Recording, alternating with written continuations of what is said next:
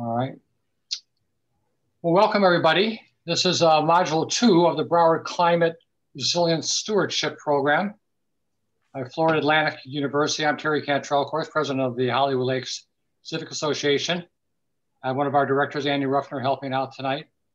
And those of you that participated or watched the first session a few weeks ago, and even if you did not get a chance to see it live, we've had it up on our YouTube channel for the last few weeks too. So this is part 2 of this adventure we're going on with Dr. Dan Meeroff and his associates. So I'm going to turn the meeting over to Dan, and the floor is Dan and his co-worker, I guess, associate, Shireen. Go ahead, Dan, it's all yours, Doctor. Hi, everybody. Happy Thanksgiving, or post-Thanksgiving to everybody. My name is Dan Meeroff. I'm professor of civil engineering at Florida Atlantic University. I'm also the director of the Laboratories for Engineered Environmental Solutions. And it's good to see a lot of you from the previous meetings that we've had, either in September, October. And some of you seeing you for the first time in Zoom, which is great. But you've already had a chance to participate through the YouTube channel that Terry set up. So in those previous 2 meetings that I've had with the group, I did talk about the Broward County Climate Resilience Stewardship Grant, and it's called Empowering Communities to Overcome Flood Risk and Energy Challenges. So module 2 is focused more on the energy challenges side.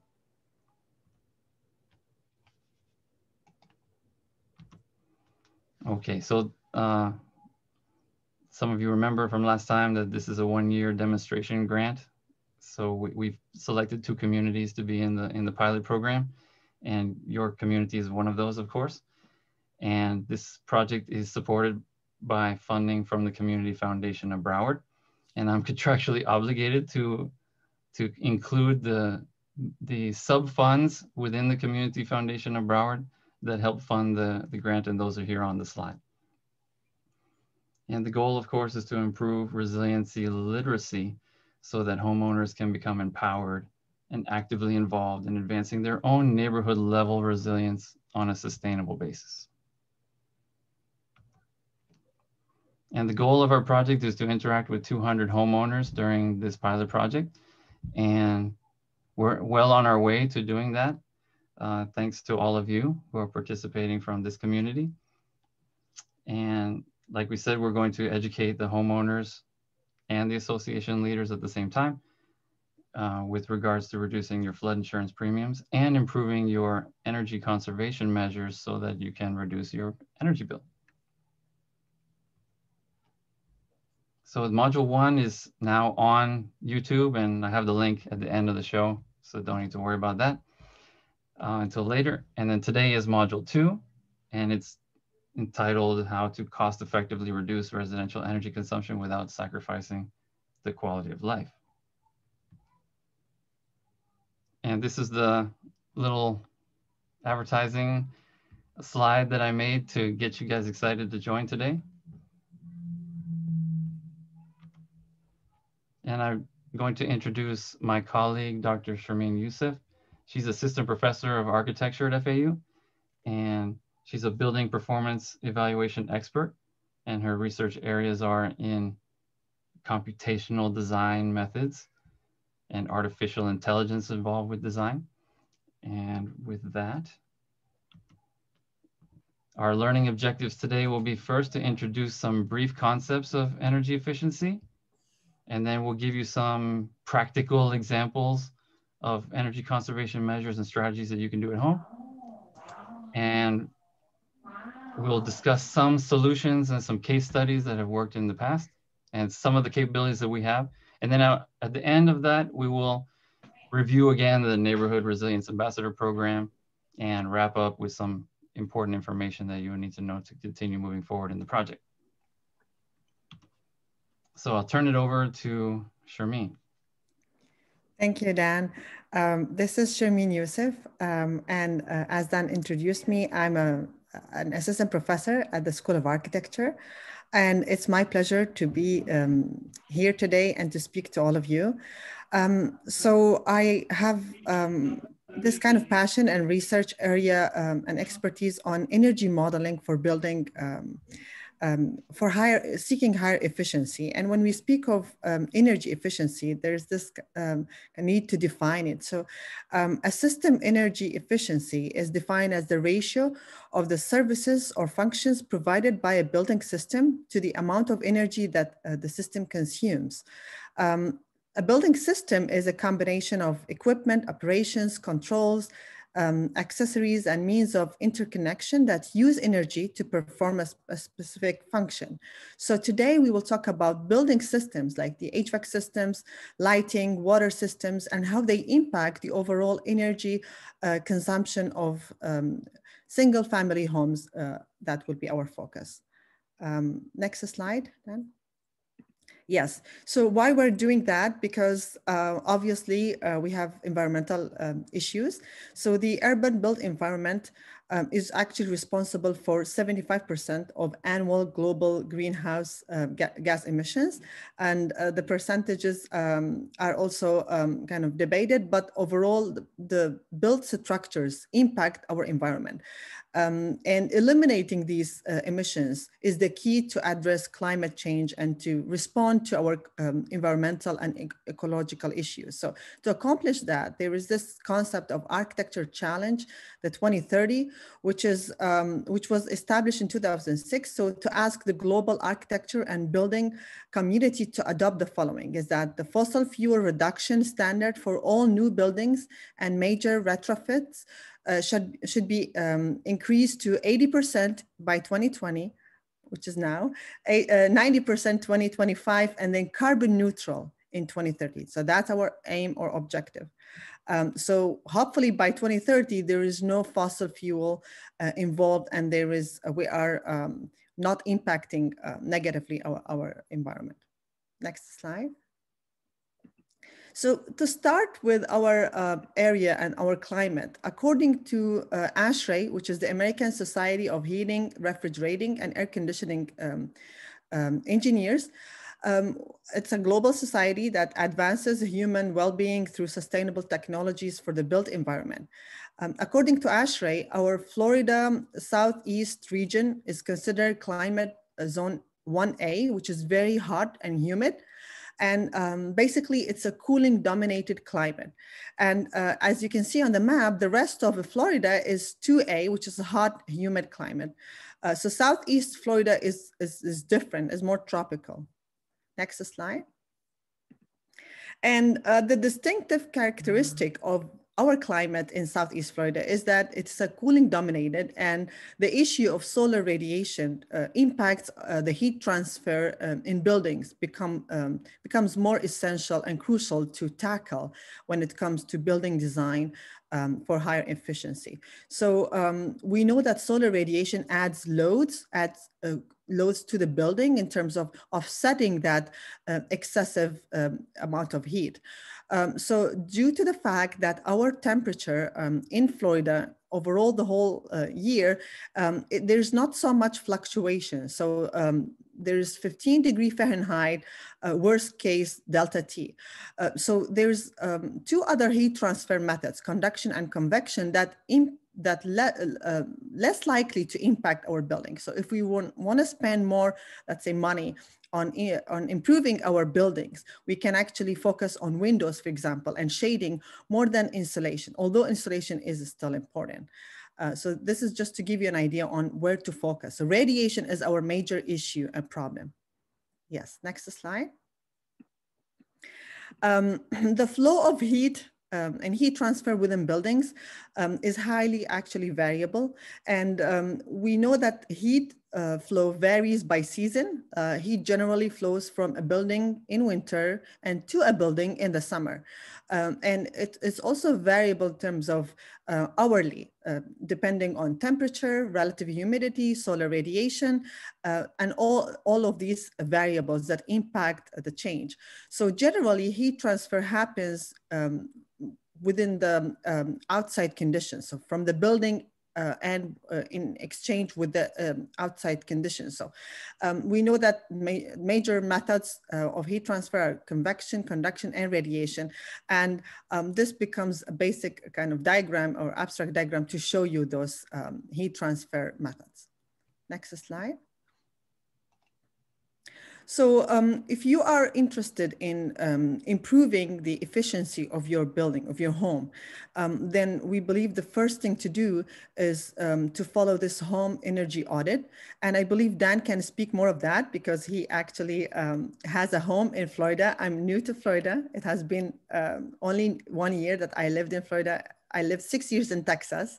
But Dan, if you want to talk more about this process. Yeah, sure. So when we first started the project, we envisioned being able to come into your house and be able to conduct energy audits. We still might be able to do that, you know, depending on the vaccine. But consider having FPL. Oh, should ask, is everyone an FPL customer in your neighborhood? Yes. Okay, pretty much. Okay, so yeah, consider having FPL or a certified home energy rating system HERS provider do a whole house audit. And if you want to do it by yourself, FPL runs a pretty neat service called myfloridahomenergy.com or the state. And there's it's a very simple set of questions that you need to answer. So I ran it for my house, and you kind of need to know when the house was built, and you need to know the square footage of the house and some minor information about some of the major systems, like when was the last time you changed your air conditioning, things like that. And then it gives you a nice report. So if you don't know when your house was built and you don't know your square footage of your home, you can go to the Broward County Property Appraiser's website and just, you know, type in your address, and it should be able to give you that information. And if you don't know when you changed your water heater or your air conditioner, it has a little sticker on the side. So if you just know where it is, you can go check it out and it will tell you when it was installed. So with that piece, those two pieces of information, you can get a lot of ideas about how well your house is performing and where the opportunities are to make a big difference in the bill. So one of the things you can get, for example, from the Florida Power and Light website, when you type in your account, assuming you've been a customer for a while, they will have a way you can drill down in your bill and see what are the percentages that you're using some of your energy for. We have a smart meter on our home, so there a little bit more information is available. I don't know in your community if you have all installed smart meters yet, but you can see that the pie chart is dominated by the air conditioning unit. More than half of the energy bill is that one. And then in the others category, I have a swimming pool with a water heater. So the pump for the swimming pool and the water heater are huge inputs. Another thing that would be a big input would be, depending on you guys, how you do your irrigation. Sometimes if you are getting city water, you don't need an extra pump. But if you have a well or you're bringing it in from surface water like a canal or a lake, there's usually a pump involved, and then that pump will drain some electricity and be a pretty big drag during the dry season, sorry. Okay, and then water heating obviously is going to be impacted if you're taking really long showers and baths, right? There's so there's one category here that's called always on. Some people always ask me, what the heck is this always on thing? So I have a slide saying, what is this always on thing? There's something called phantom loads or vampire loads. So when you have something plugged in all the time, even you think it's off, it's not off, right? Think about your cable box. The TV is not on right now, but the cable box has a light. How's that light turning on? It doesn't have a battery. It's powered by the wall. So it's using energy even when you think it's off. So anytime you have a standby light on something, things of that nature, those are called phantom loads or vampire loads, and those add up. So some things you can do to avoid those are use a smart power strip that you can press a button and turn that one off. And lots of things are plugged into that, so you can do it all at once. You can have automatic controls or timers installed. Of course, the best thing is to unplug everything from the wall, but that tends to be really annoying, especially like with a computer situation. We're all at home now a lot more than we used to be because of the pandemic. So we're using a lot more of this always on energy that we would just normally go to work and we could shut some stuff off for a while. Or in the past, I used to change the air conditioning setting when I was away because nobody's at home. But now everybody's at home all the time, so the air conditioning is working more than usual. Those kind of things. And then some of the electronics now, the newer stuff has like a programmable power save setting. So even when it's on, it can be using less energy. And then when you think it's off, it can use even less energy if you use the power save button or the eco on button. So you have to check, you know, that stuff that when you buy the electronics, there's a manual that you throw away right away. Sometimes you need to go read that thing and find out exactly how to save some energy on those, but it can add up. So this is the FPL energy dashboard. Again, I just looked it up from my house, and these are screenshots from my house when I looked it up a few weeks ago. So you can see that, you know, the power consumption changes during the year. This is averaged over a year before the pandemic and the year of the pandemic. And then you see the pie chart. It's the same one that I just showed to you. I just made it in a different Excel with different colors. And then it will tell you, like, you can click on some of these things. It will compare your house to another house that's similar size. So you can get a chance to see if you're doing better than your neighbor. And it will give you some tips on how to save. So for example, it says, switch your programmable thermostat. Well, first get a programmable thermostat, then switch it to 78. For example, my house, so I'm married to someone who hails from New York. So when we first moved into our home, she decided that comfortable temperature is 69 degrees. And that's too cold for me because I'm a Floridian basically.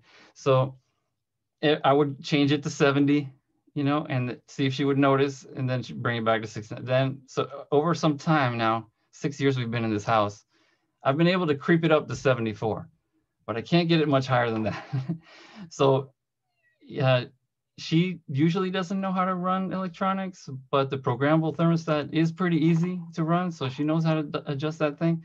So it's a thing that we're always constantly battling over, but trying to set it to a higher temperature is good. Too high is not good because of, obviously, Sharmeen told you that we have the high humidity tropical setting, and then we're going to get mold coming in, which just sets up a whole nother set of problems for you. So obviously, opening the windows. Tomorrow might be a good idea because we have a cold front coming in.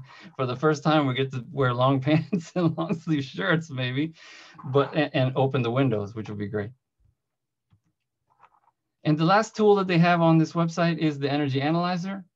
So it gives you a dashboard right here, which tells you how much kilowatt hours you're using for different uses of electricity in the house. And you can see that my cooling dominates. You saw from the pie chart, more than 50% of the energy is there. So when you click on there, it asks you, have you done any of these things? Now, it's not asking me to change my air conditioning because I already input that my air conditioning unit is less than 5 years old. So it knows that I have a very high efficiency air conditioning unit because I input that information. But if you're using it for the first time, it might tell you to do that. It tells you how many of your neighbors also did some of these things. So for example, putting some weather stripping is a low cost alternative. So that's why lots of people did it. But upgrading the ceiling insulation, not very many people did it. That's one thing that I wish I could do myself, because I know that's one of the areas I have a lot of in my attic. So I know this is one of the problems. As you can see, when you look at my house and compare it to a similar sized home in Palm Beach County, I'm not doing so well. And that's because of the issue that I know about that I haven't addressed. But once you play with this, you'll be able to see what kinds of issues should be a priority for you to address to try to save some money and get closer to the other homes that are similar to yours. And that My Florida Home Energy website is a similar setup to the one I just showed you from FPL. I highly recommend this one because you get a nice printout afterwards that you can use to help guide you on any practices you want to change. And this is run by the state of Florida. Yes. So back to me. I want to continue this discussion that Dan started. So there's another way also to do, which is according to the National Renewable Energy Lab, NREL, and Department of Energy, there is something called Home Energy Score Report. And the report estimates home energy use, associated costs, and provides energy solutions to cost effectively improve your home's efficiency. So each home energy score is shown on a simple 1 to 10 scale. 1 is high energy use and 10 is better, which is low energy use. So you're improving being higher in the score. And yeah, so 10 is the most efficient homes. And it can tell you, like by moving from 3 to 7, for example, you will save 882, for example, annual saving and so on. So this would be a great method to see how much you can do in terms of saving and energy saving. Next slide, Dan. My area of research is focused on using the computer simulation in what an area of research called energy modeling. And computer modeling is usually an accurate and scientific method, simulation method of the whole building energy by actually inputting parameters. And it's a somehow interrelated and complex process, but computers are really good at processing those data. And it's usually targeted to model the building energy consumption, whether it's an existing building or a new construction. And then it also offers prediction of utility bills, and it offers multiple parameter objectives also. For example, how you improve daylight performance, how you achieve thermal comfort, and importantly, HVAC sizing. Now, the importance of this whole building energy simulation is actually more about informing decision-making and how we actually take decisions based on data. And to test what we call what-if scenarios. So for example, we model with certain parameters and we change those parameters, and then we get real-time and immediate feedback and evaluation. And usually we test the case of initial cost and how much time do we need to get this paid off. For example, having our windows changed in the home.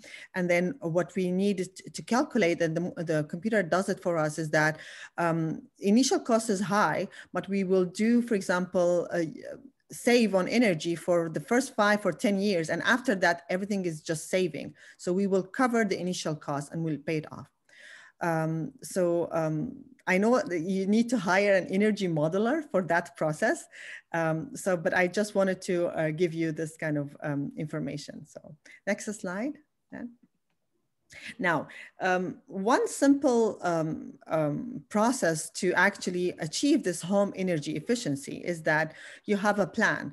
And if you plan to design or actually make a major retrofit to your home, to your existing home, and optimize energy efficiency, we call this a process is whole house system approach, which means that you need to tackle all the systems and variables and details because they're interacting, and there is many factors and variables play role in the home overall energy consumption. So in addition to our behavior in the home and our climate and site conditions and all of that, we can actively improve our energy consumption in the building by considering building envelope and effective installation, shading, HVAC systems, and of course, in speaking of single family residence, is that usually we have a furnace And then water heating becomes also an area that we can improve. Efficient lighting and using daylighting, and we'll talk about that. And this is more challenging for existing buildings, but an opportunity for new construction. And then upgrade appliances and home electronics to more energy efficient ones. And then hopefully, like if you can, apply solar panels on your roof. So we'll go through the next slide to each point of this list. So next slide. Yes, so starting with the building envelope, we can focus on improving our windows because we learned that from our climate, radiation is the major problem. And then effective insulation slows the rate that heat flows out of the house in winter and into the house in the summer. And unfortunately, we don't have a winter in Florida. It's a good thing also, but we need to make sure that we're not receiving this solar heat gain.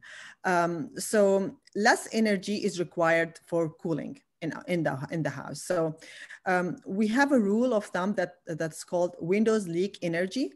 And if you want to improve and achieve higher efficiency in terms of using energy, then you have to have efficient windows. So windows are really important. And you can see here, single pane versus double pane is a major difference. Next slide. I just want to tell a quick story. I replaced my windows 2.5 years ago, actually almost 3 years ago. I had the single pane windows and my office faces south. And I had my computer right on the south facing window to look outside. Sometimes you would put your hand on the window and it would be like putting your hand on the stove. It was so hot. So I realized this is a problem. So I replaced all the windows. Obviously the second reason was they're not hurricane rated and putting the shutters up for Irma on the second story was very scary. So it made a lot of sense to go replace the windows. I got Energy Star windows. They're double pane. They have argon gas in between. And I noticed right away a big difference in comfort in my office. There is a reduction in the energy bill.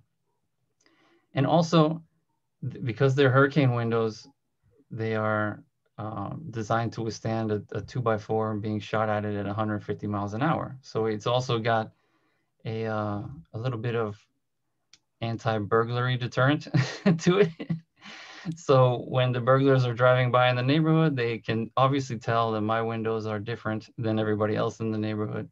And they'll throw a rock through someone else's window instead of mine. So there's a couple of good reasons to replace the windows. I would definitely tell you from my experience. Thank you, Dan. I agree with you. Yes, and as an architect also, we usually start when we try to achieve higher efficiency, we usually start what we call passive design strategies. And this shading aspect becomes really important for that. So what we need is the perfect scenario is that we have a completely interesting kind of facade with glazing and window surfaces, but they're all protected and shaded so that we don't have this solar heat gain.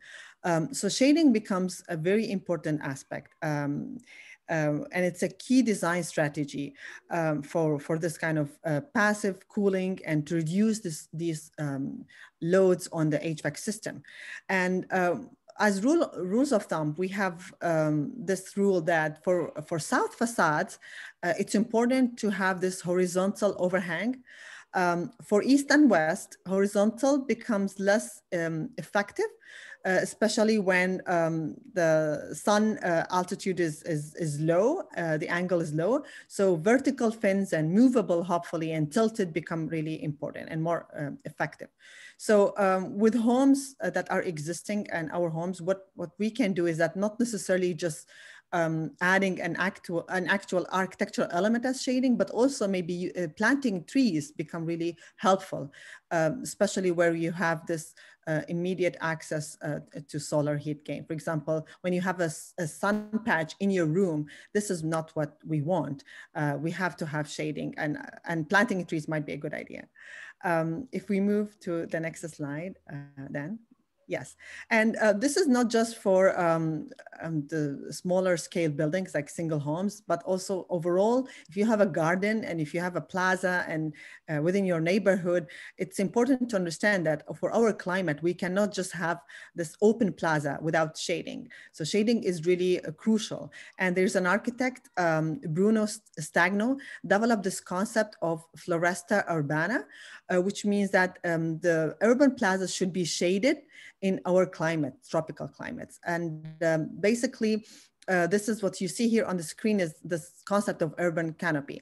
And it's really recommended that in such a climate, in such a hot climate like Florida, we have to plant trees and green roofs, and we use other strategies and even the paving material so that we don't contribute to this concept of heat island effect. And heat island effect is that surfaces that are, for example, metal surfaces, concrete, and other hardscape surfaces would actually reflect heat to the buildings and would add to this kind of like problem of heat gain.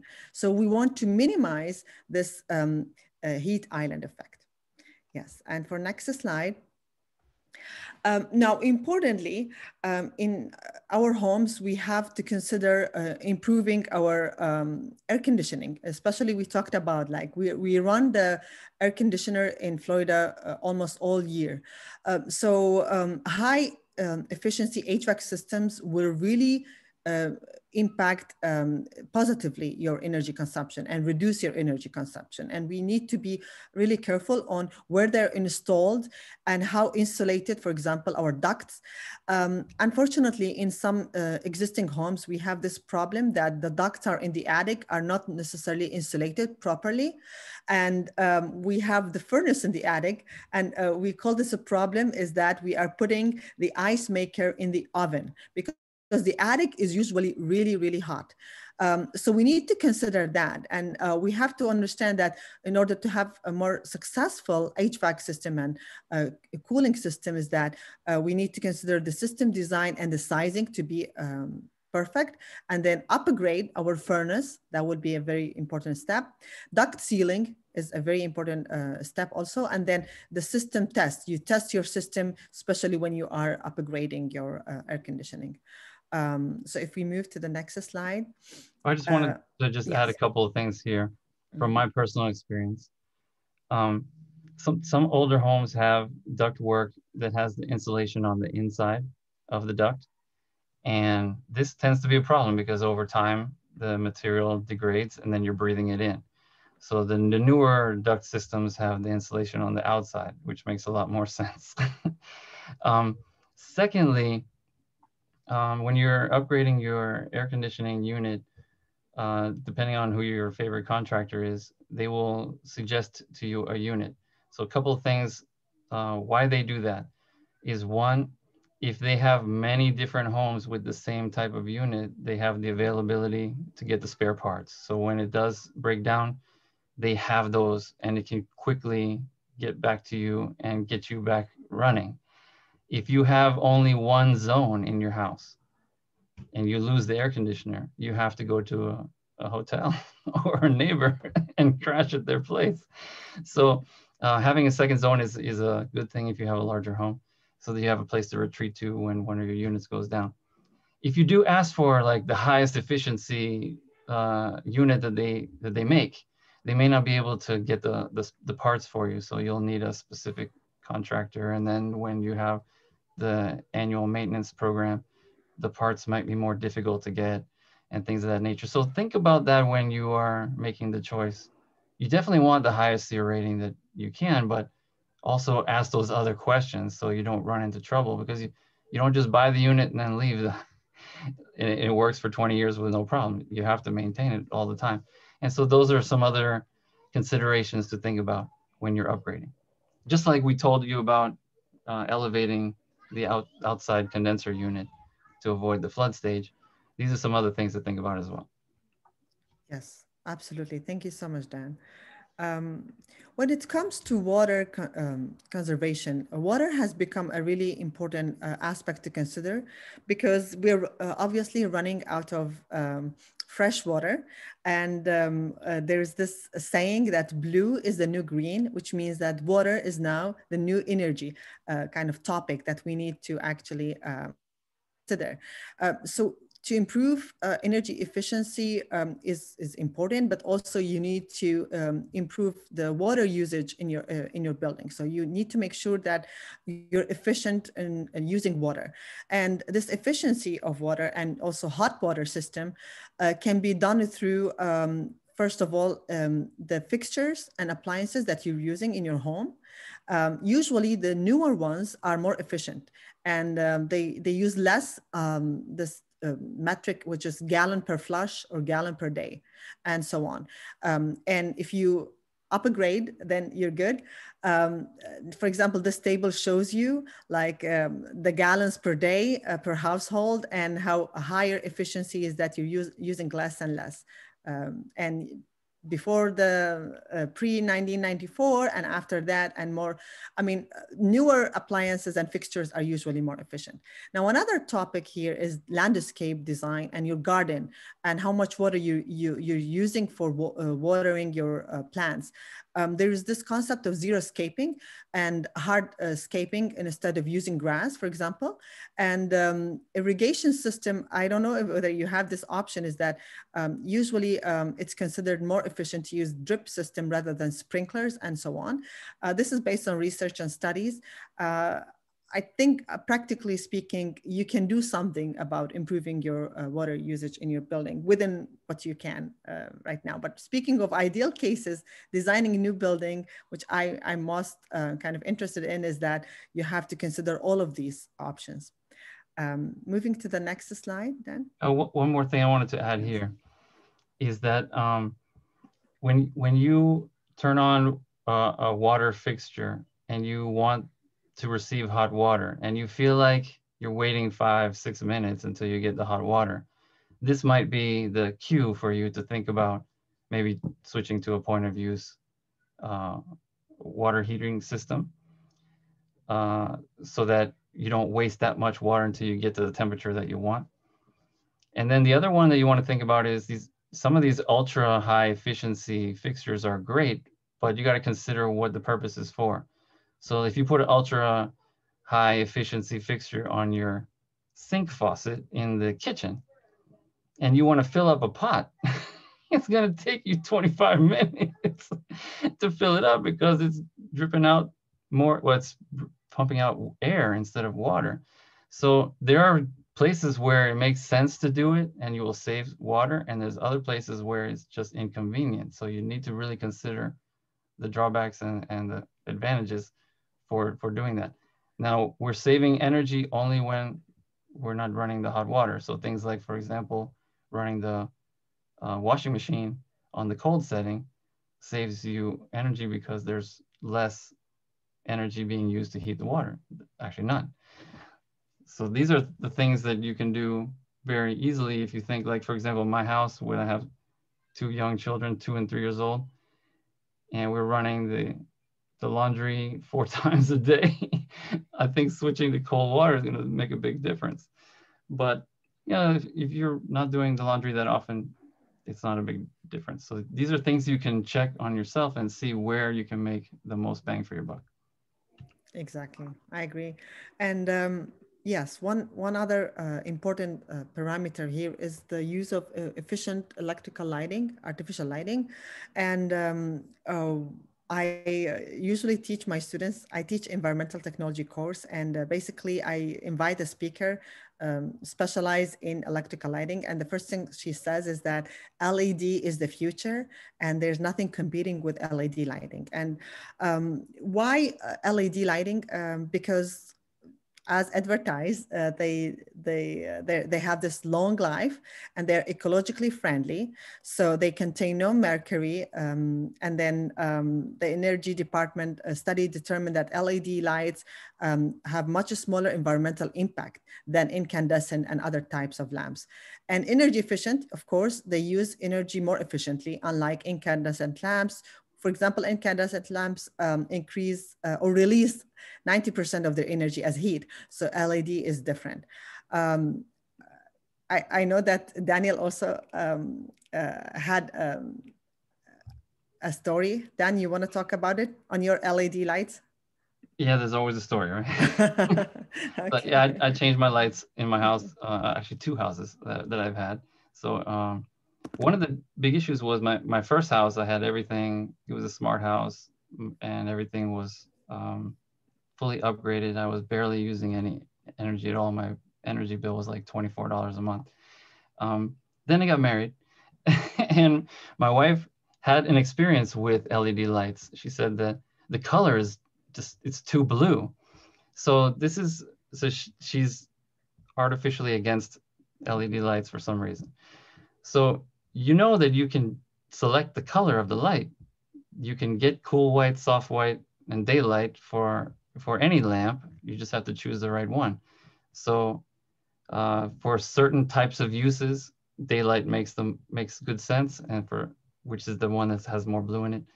And then the soft white is the one that we're mostly used to, I think, indoors. You can get LED lights that replicate that color. So those are the kind of things, they're not expensive. Obviously, they last longer than most lights, but they don't always work as advertised if you're putting them into a ballast that was not designed to accept them. So sometimes it's a little more complicated than just changing a light bulb. But for the most part, when you rotate out all your lights and you replace them with LED, it makes a huge difference. For example, like a 60-watt bulb can run 4 watts of electricity and look the same, and it doesn't feel the same because when you touch a 60-watt bulb, it'll burn your hand. A 4-watt LED, you won't notice any temperature change on your finger. So again, that's helping you on the energy side because you're using less energy, but also you have less heat in the house, so your air conditioner doesn't work as hard. So you're getting a double benefit when you change to LED. Exactly. And just to let you know, we have this concept when we do energy modeling is that there's lighting, people, equipment, 3 factors that actually add to the heat within the building. Indoor. So keep in mind that lighting, equipment, like computer or other kind of devices, and also people as a human, we release more heat in the space, which adds to the cooling loads in the building. So having LED really contributes to to less load on this cooling demand. Yes, Dan, if you move to the next slide. Yes, so upgrading your electrical appliances becomes really obvious as a strategy. So according to the Green Home Guide, you can save money and improve energy performance when you take these cost-effective measures that reduce building loads. For example, installing new systems and new appliances that are exactly the right size to meet your loads. The table here has multiple appliances. For example, the clothes washer, you can actually save $40 per year. And then within 5 years, you're saving $189, for example. And then overall, the lifespan is 11 years. And within those 11 years, you're saving this much, $415, right? So this gives you an idea on how much you're saving on your electricity bill, so that you can be hopefully motivated to actually upgrade your appliances. It's easier if you're buying them brand new, not necessarily. And if you have ones that are not as efficient, I know that the decision to upgrade them becomes more about cost, but hopefully this gives you an idea on how much you're saving per year. If we move to the next slide. So this is, well, one thing, yes. just to finish up here, you can see the average lifespan is on the order of like 10 years. So actually, if you're like, wow, my air conditioning lasted 15 years. Well, it might last a little bit longer, but after about 10 to 11 years, that's the right time to change it because it makes such a big difference. The newer technology, the what we call variable speed drives on the inside of the motor, all of those things will end up saving you a lot more money in the longer run if you do upgrade at that moment. So you shouldn't be like, wow, I won the lottery, my air conditioner lasts 15 years. Actually, it's well over the time that you should have replaced it. It's like the toothbrush. You don't say, wow, my toothbrush lasted 7 years. You better replace it more often than that. Exactly, I agree. And Yeah, we're taking you through those steps that we actually follow when it comes to energy modeling. What we can do is that we start with passive strategies, then active, and then at the end we add PV panels on the building so that we generate energy. So this is the last two parts, which is applying photovoltaic solar panels on your roof becomes really an effective solution. And I believe I visited FPL website, and they really encourage you to do that. And you're not just generating energy, and there's a way that you actually kind of you meter what you're generating and what you're consuming. And if you're generating more, which I don't know if it is realistic, you will actually end up selling your energy to, let's say, FPL. But in the least kind of effective scenario, you are generating partial of what you're using, which is still good. And they say that the website says that 1 year of solar energy in your home can equal of reduction of 4.03 tons of CO2 emissions avoided. So you might feel better by actually contributing to this kind of less CO2, less carbon footprint to our environment. Again, I don't know how this practical as a solution, but I know my sister in Texas, for example, she needs to replace her roof first because her roof is old before actually adding PV panels, because the structure kind of the structure of the roof is old and is not stable to handle the weight of the PV panels. So think about that also. And if we move to the and one more thing about solar panels is about the resiliency, not now the energy efficiency anymore, but during the power outages of hurricane impacts. I don't know about you, but during Wilma and Irma, when I didn't have power and I had to open the windows, all I heard all night long was generators. And when you have your neighbors with solar panels, it's a little bit of quieter night. And obviously for yourself, all you hear is the actual air conditioning unit running and not the generator going all night long. So there's some other resiliency savings as well. Yes, and there is another option, which is solar water heaters, that you can actually use solar panels for just using the heat to heat your water tanks and so on. So this is a very cost-effective way to generate hot water in your home.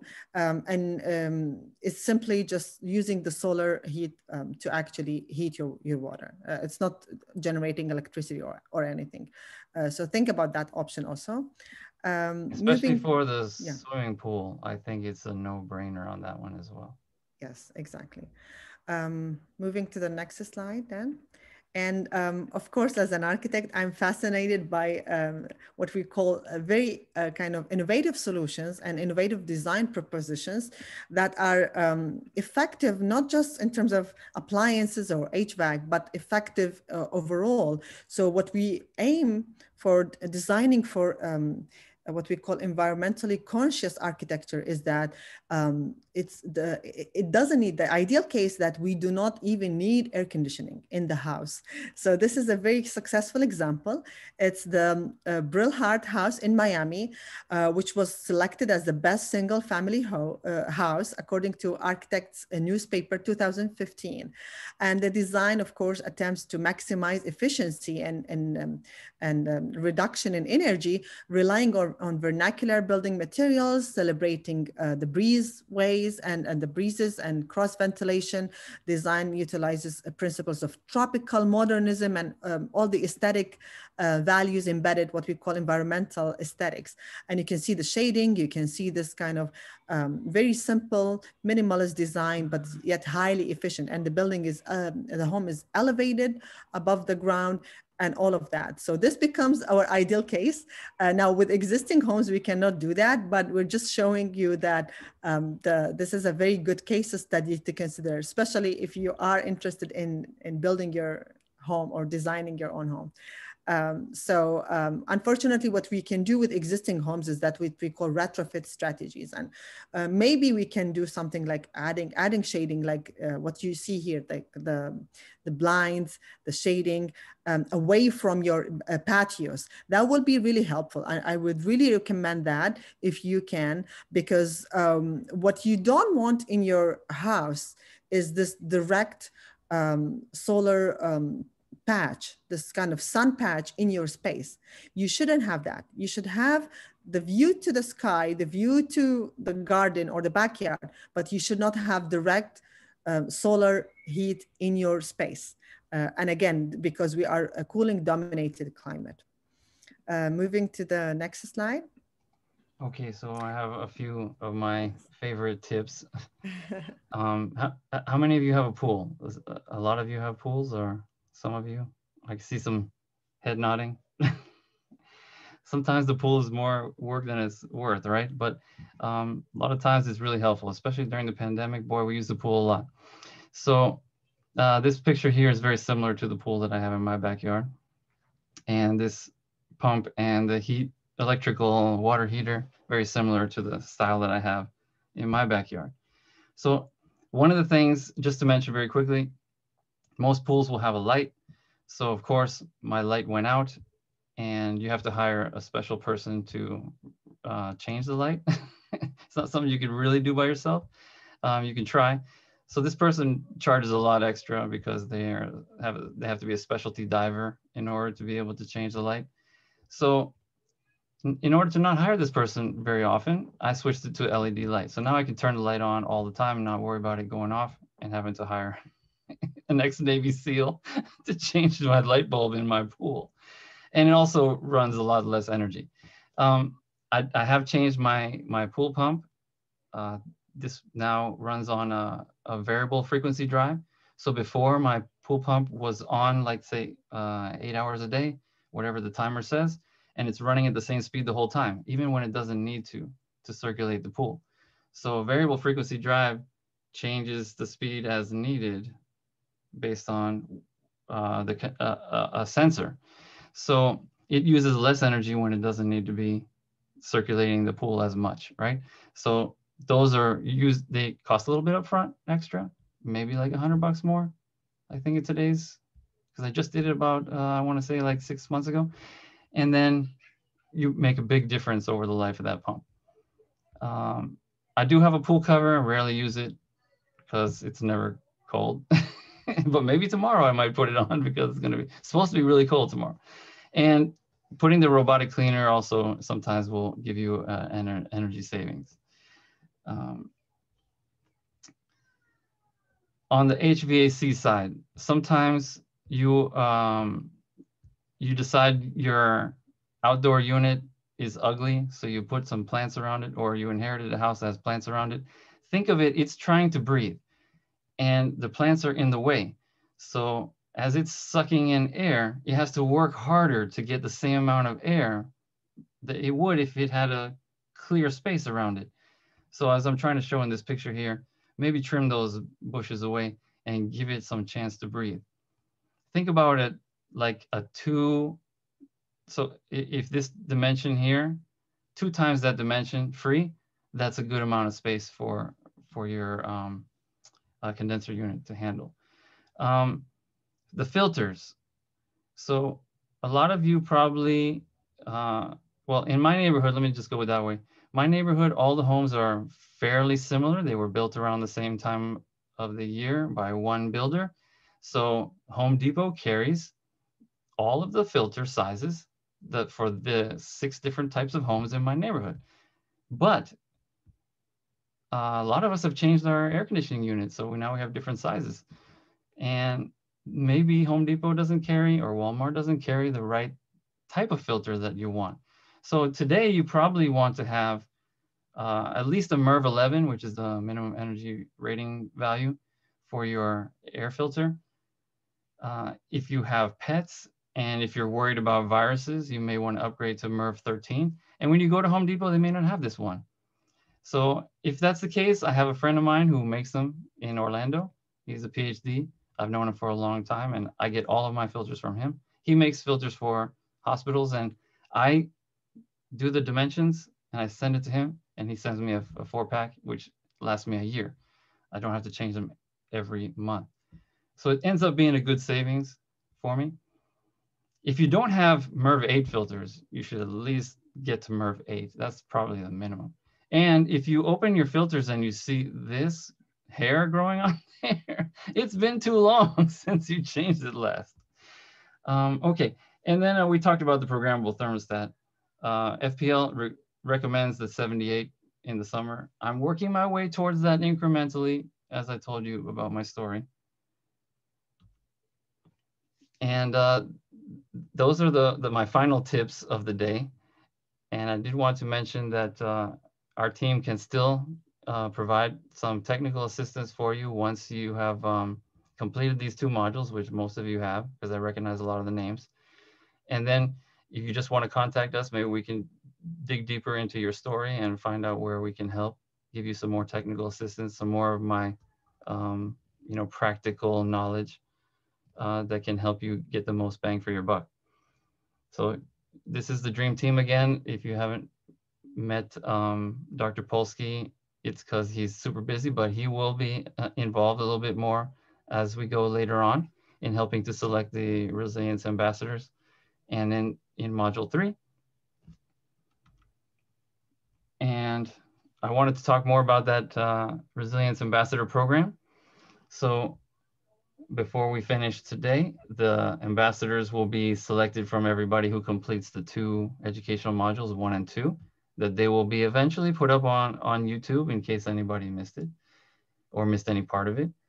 And a lot of the questions that I get asked on email are typically, what do these ambassadors do? Well, they will help us to identify other active community volunteers, and they will act like the community champion to help, put them into action. They will help to identify a project that will measurably improve the neighborhood resiliency or energy conservation, or both, either in individual properties in the community or in a, let's say, community space that is shared. And they will help to marshal the resources to do the implementation for that project. And we will provide the technical assistance that is needed to help make a good decision or a wise decision with those resources. And then that is the group that will report back in module 3 at the end of this project. Hopefully sometime in late spring or early summer of 2021. And of course, whoever ends up doing all that will receive a small stipend from the Community Foundation of Broward. So if you're interested in becoming a Resilience Ambassador, again, contact me, and many of you already have, and thank you for that. You will learn valuable skills that will help improve the resiliency of your own home and those of your neighbors. You'll help us to reduce your flood insurance premium, which is a benefit to you and your neighbors. And know that behind the scenes, we are working, Andy and I are working together with the City of Hollywood, and FAU is also interested in working with the City of Hollywood to see if we can improve that CRS score, the Community Rating System score, which allows you to get a premium, let's say, discount on your flood insurance. And also, we would like to help you reduce your energy and water bills. And this here is an example of a vegetated swale that was built by a community in Hallandale in front of one of their community center parking lots. And it helps to infiltrate the floodwaters more rapidly. So something along the lines of this kind of project is something that could be something that maybe the neighborhood is pursuing. And I will be sending out a certificate of completion to everyone in module number 2, which is today, who complete the quiz. Quiz? What quiz, right? I forgot to tell you there's going to be a quiz. So if you remember from module 1, there was a quiz. So the quiz this time is list one thing that you learned today that you can do to make you or your community more energy efficient. And hopefully, even if you were a little distracted and you were multitasking on the Zoom call, you can always wait for Terry to put it up on YouTube, and we can get you your certificate later. A lot of you went through that route last time, not for any reason other than it took you that time to get in contact with me, and you have in your possession now a beautiful certificate signed by myself and Sharmeen. Okay, a couple of things about that. You will send me your answers in an email, just like you did before for Module 1. And I'll, of course, send you the electronic certificate of completion for Module 2. And if your email handle is not your real name or some nickname, however, whatever name you want me to put on the certificate, please put that somewhere in the email. If you spell it strangely, I will misspell it on the certificate, unfortunately. And if you haven't already, provide me with your address so that we can coordinate some other modeling tools that we have later on if you do contact us for technical assistance. Okay, so if you missed any of the program, and of course, not those of you here today, but if you missed the previous module, I have the links here, like I promised at the beginning, to the YouTube page that Terry set up. So we had the first info session back in September, and then the first module in October, I think that was 27. And then this one, this today, will also be up there in case you missed anything. One more thing, I want to shameless plug another grant winner from the Community Foundation of Broward. And we talked about shading too. So the Youth Environmental Alliance and my friends over there, if you're interested in doing some planting, they may be able to come and give you some information on how to best do it, which species are the right ones to do. They may even bring some middle school kids to help you do it. They may teach you how to keep the tree alive. So I would contact this group. They're supported by the Community Foundation of Broward. Their job is to do tree planting and to help adults and young people learn how to keep trees alive and the right kinds of trees to plant. And they have a great website that has adult gardening workshops. And if you want to volunteer doing coastline restorations in Hollywood, they're doing those this month. They have free tree seedlings, so small versions of the tree as well to help get your garden started and help your shading. So I highly recommend that you contact my friends over at the Youth Environmental Alliance if you're interested in upgrading your shading system. And as advertised, if you want to get a hold of me, this is my business card. I give you my cell phone number in case you need to call me directly. The first time you call, of course, you need to send me a text before you call. That way I know that you're not trying to sell me insurance. And my email address is there, of course, so that we can get you your certificate for module number 2. And with that, I'm going to hand over the reins back to Terry and Andy. Great. Well, thank you again, Doctor and Sharmeen. It was very, very interesting, this one as well as the first one. And you're absolutely welcome to give us updates as we go. We have a quarterly newsletter. The December issue is going to be in the mailbox this week, but the next one will be around March 1st. So we'd love to have any updates. You want to give us some updates on something, we can put it into an article format. And then we have one in June. Maybe that'll be right on the time we do the final part of the project here. So, and again, anybody who needs to contact you again, we're more than happy to facilitate that as well.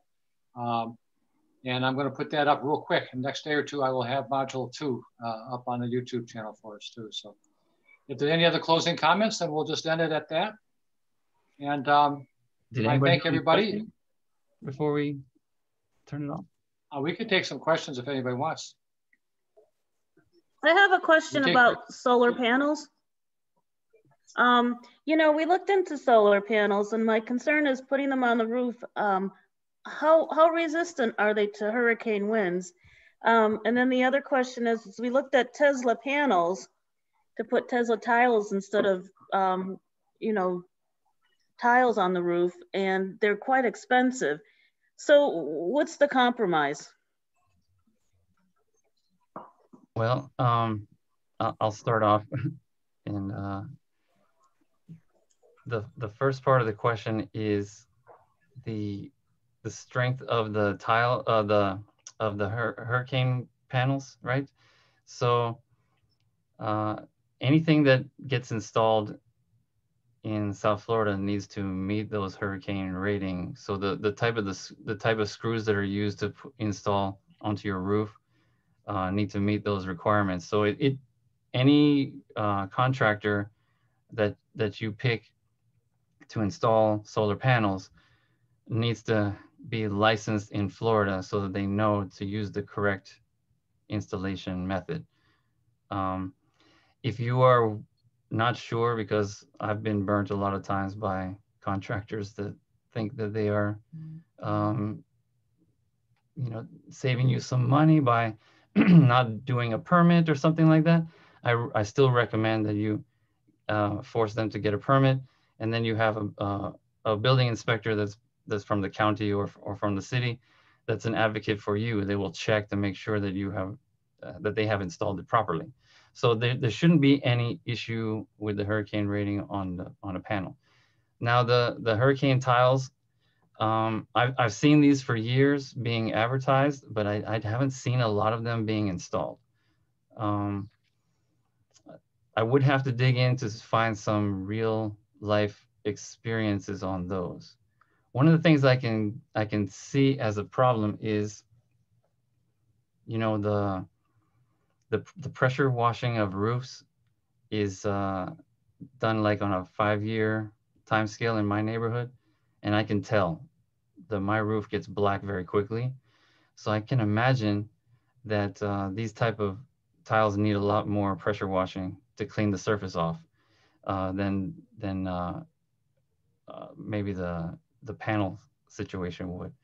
But that's a question that you would definitely need to ask the manufacturer and see if they can get you some information. And I would definitely not even consider it until they told you some other places where they've installed it, and you can talk to those homeowners as well.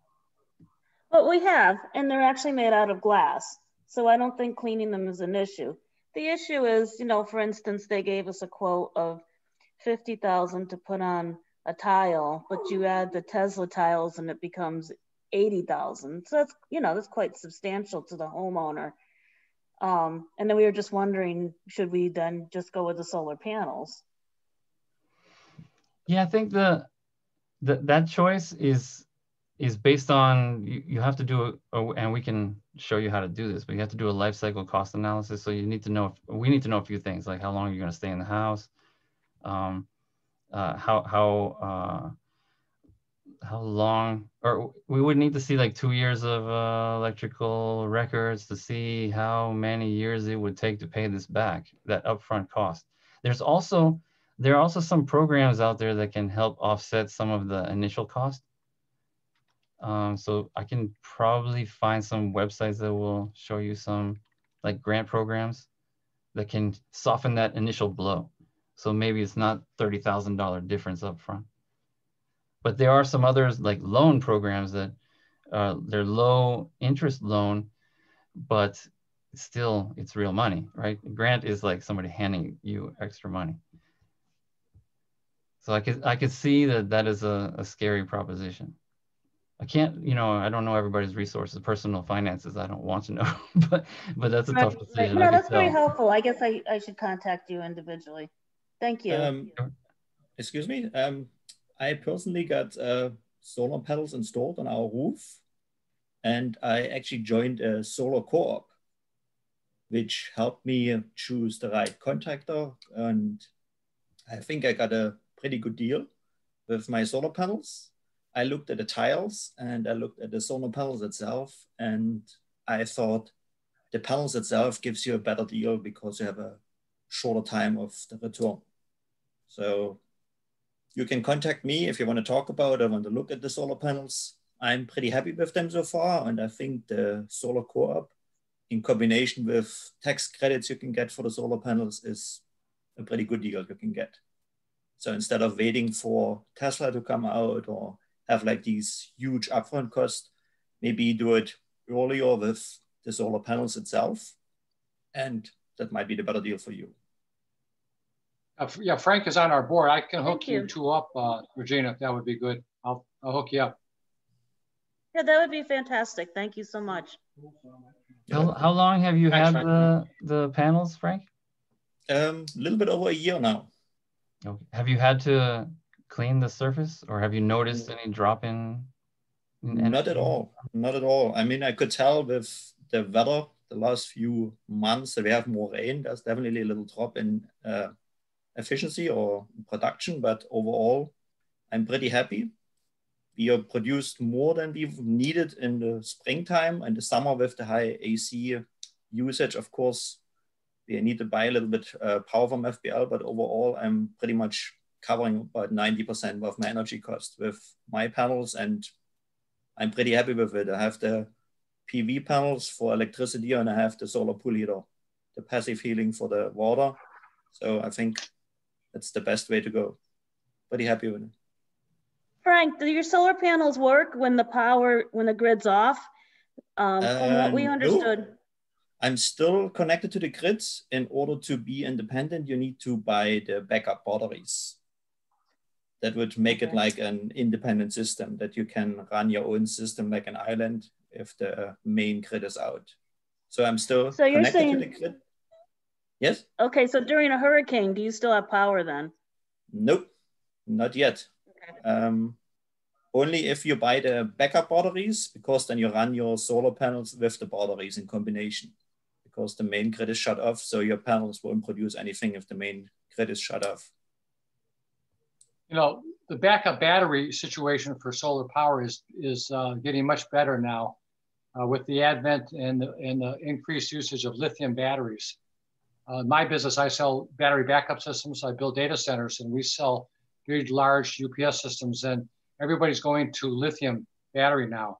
Some of these batteries will last 10 or 12 years versus the old style, the old legacy batteries, what we call AGM or gel cell batteries that lasted 3 to 4 years. So not only is it becoming more cost effective, and this would also apply for solar power plants too, to start looking at lithium batteries for that. So. Yeah, I agree. I think in the next few years, I think we will see a drop in prices, especially. In the past, it was still too expensive just to have the batteries for a backup. But with the new technology and the drop in prices, I think it's getting more and more interesting and more feasible to get these backup batteries and run independently during a storm.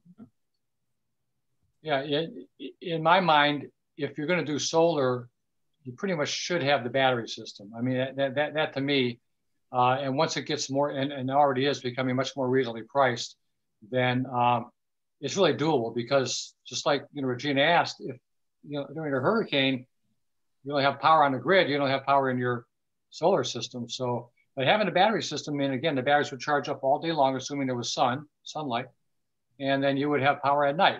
And worst case would be a multiple days in a row of cloud cover. Then you might have a little bit of an issue. But I'll hook you two up, Frank, if you don't mind. So. Okay, no problem. That would be fantastic. Thank you. Thank you. Okay, any other questions before we sign off? I think we're good. Well, again, thank you, everybody. And thank you, Dr. Meeroff and Shermeen. And keep us posted. We will keep plugging along here, and we will try to improve our energy and our climate resiliency. So, thank you, everybody. Thank you for attending. Thank you. Thank you. Thank you. Have a great night. Thank you. Thank you. Thanks very much. Good night. Night.